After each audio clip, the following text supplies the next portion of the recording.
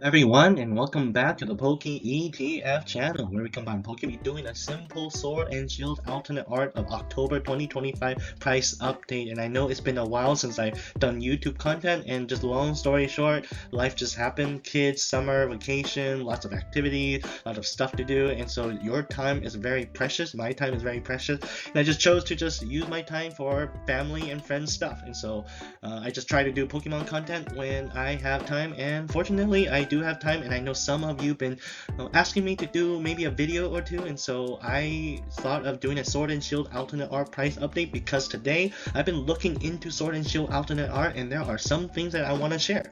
And so, looking at the Sword and Shield Alternate Art complete collection market price, if you've been following my YouTube content, Reddit, I've been always following alternate art for so long, the last 2, 3, 4, 5 years. I believe alternate art from the Sword and Shield era is the modern era of gold stars and first edition cards from the vintage era. I mean, these are the most beautiful artwork of cards that you can find. Some of these are better than the SIRs. SIRs are really an extended version of the Sword and Shield alternate art. And as you can see, Sword and Shield art is extremely expensive to have a complete collection. It's been flat for in 2023. It's hard to believe that a collection, a Sword and Shield art alternate art collection used to be under $5,000, and it shot up to $9,000, then went down to $6,000, then shot up again to a new all-time high around $12,000, then shot back down to around $10,000, and now shooting back up for an all-new all-time high. But because I've been keeping track of this for so long, I know that this is a signal for the decline number 3. And so if you're really looking into buying into Sword and Shield alternate art, just hold back, be patient, because I know that this is a signal of a downward pressure.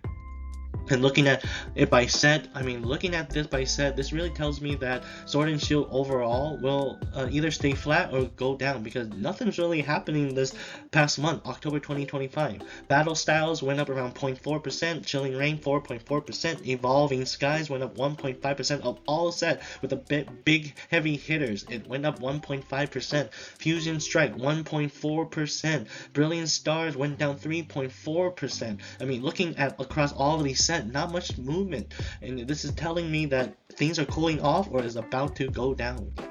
Looking at the top 5 increase among the Sword and Shield alternate art, we can see that our number 1 increase is the Sylveon VMAX from Evolving Skies, a beautiful card, one of the best card I believe among the Sword and Shield alternate art. It used to be $318, went up around $83 to around $401, representing a 26% increase. Beautiful card.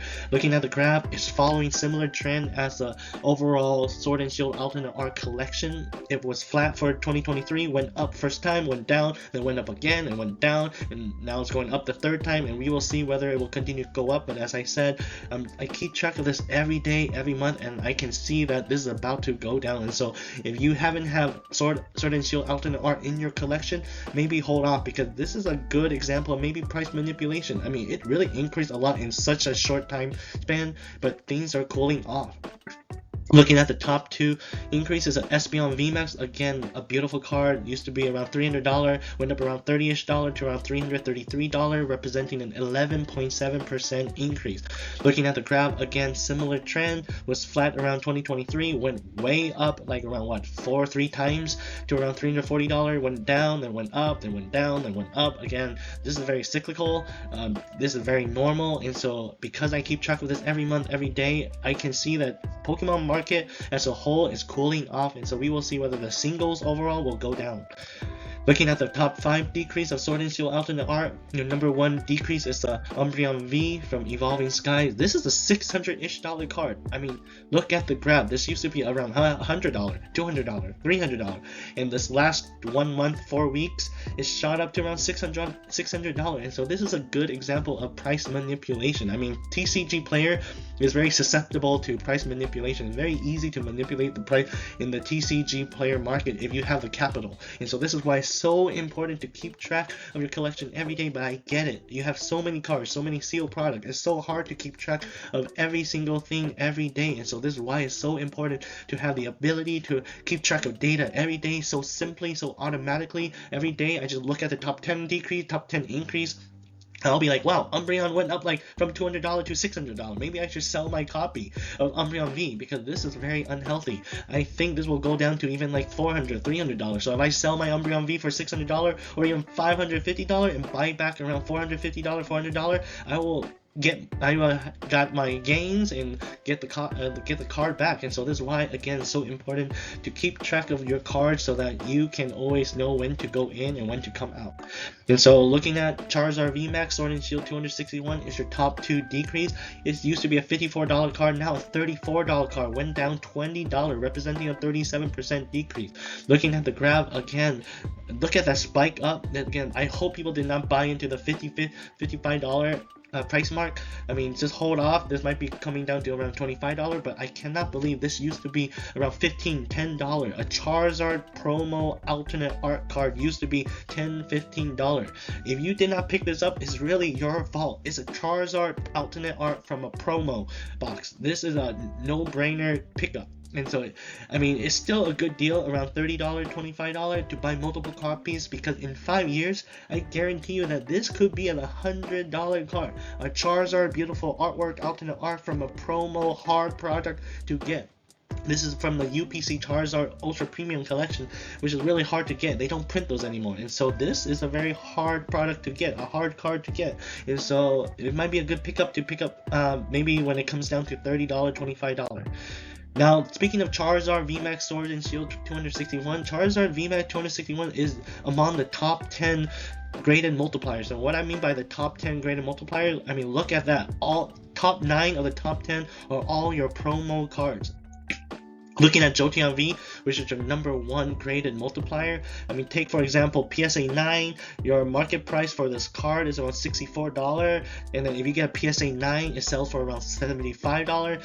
So again, this does not take into account shipping fees, grading fees, but this is a good indicator of which card that you want to get graded to really increase the premium. I mean, look at the PSA 10, again, $64 market price, but a PSA 10 graded price is around over $1,000. That is around 20 times X multiplier. If you get one of these cards as a PSA 10, you can afford 20 raw copies of this card. And so this is why it's so important to keep track of prices, to know which are good opportunities, to know which cards are good to grade or not. Looking at the top 2, as I said, Charizard VMAX Sword and Shield 261.